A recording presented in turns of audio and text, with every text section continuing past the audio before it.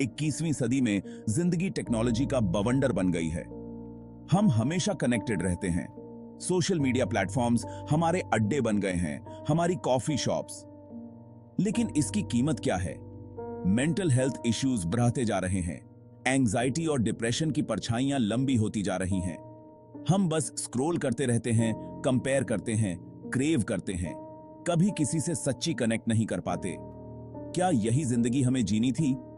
Filters से जीती हुई जिंदगी, स्ट्रेंजर्स से वैलिडेशन ढूंढते हुए। हम उसी टेक्नोलॉजी के गुलाम बन गए हैं जिसने हमें आजाद करने का वादा किया था। डिस्कनेक्ट करने की जरूरत आज से ज्यादा कभी नहीं थी।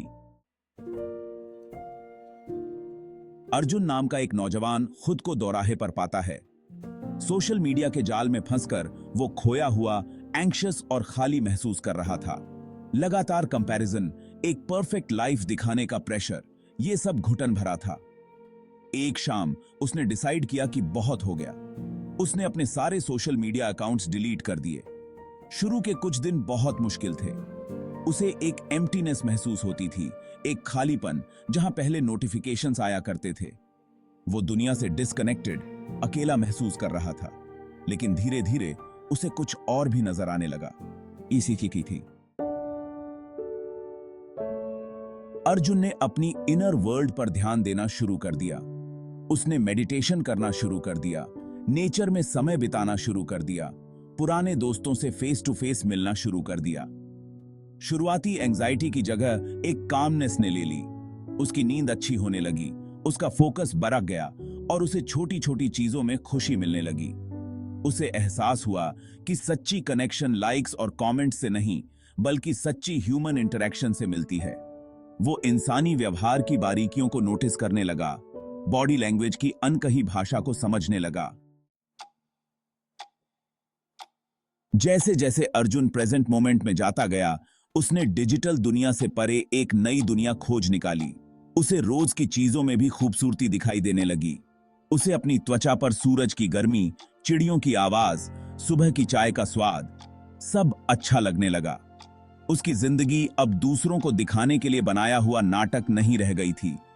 ये सेल्फ डिस्कवरी का सफर बन गया था, अपने अंदर पीस ढूंढने का सफर। उसे एहसास हुआ कि खुशी कोई मंजिल नहीं है, बल्कि वर्तमान में जीने का तरीका है। सोशल मीडिया के डिस्ट्रैक्शन के बिना अर्जुन के सेंसेस तेज हो गए। वो इंसानी व्यवहार की बारीकियों को और भी अच्छे से समझने लगा।